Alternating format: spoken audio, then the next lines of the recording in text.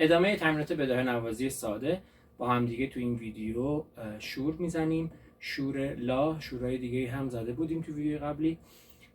شور لا با کوک ر لا ر لا.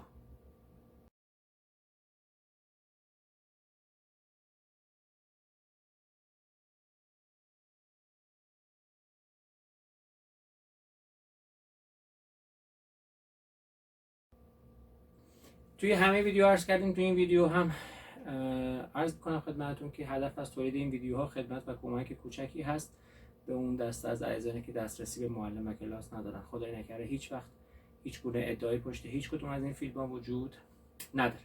30 کرون سرکلیدمون هست و این ویدیو مخصوصا دسته از عزیزانی هست که ردیف اول استاد سوار رو که گذاشتم اجرا کردن. حالا با هم دیگه شروع می‌کنیم بداهه نوازی‌های ساده. لا سی لا سی لا، پس شد لا سی سی لا سی.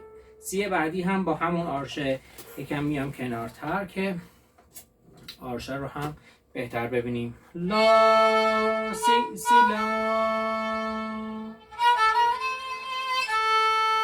سی لا سی دو لا، رسیم بم.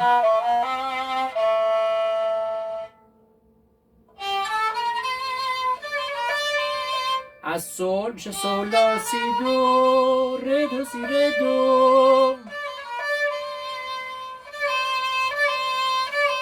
ر دو ر دو ر دو. می فا مده ها ر می ر دو سی ر دو ر دو ر دو ر می ر دو سی دو سی دو سی دو سی دو ر دو سی لا، دو ر دو سی لا با یه آرشه.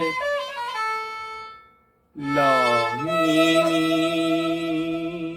ر می می ر دو ر. همین رسیم بم میزنیم. لا می می ر می می ر دو ر. سول گلیساندو از بالا سول سول فا می فا فا می ر می می ر دو ر. دو ر می فا می ر می فا سول فا، اینا با یارشه. دو ر می فا می ر می فا سول فا می ر.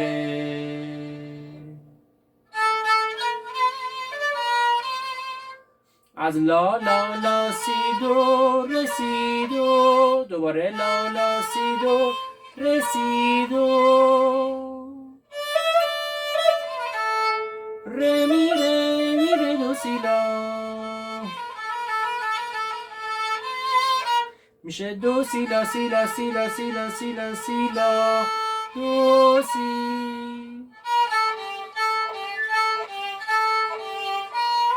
میشه سی لا سول لا سول لا سول لا سول سی لا. سی دو ر سی دو لا سی سول لا لا. تقدیم به همه شما عزیزان.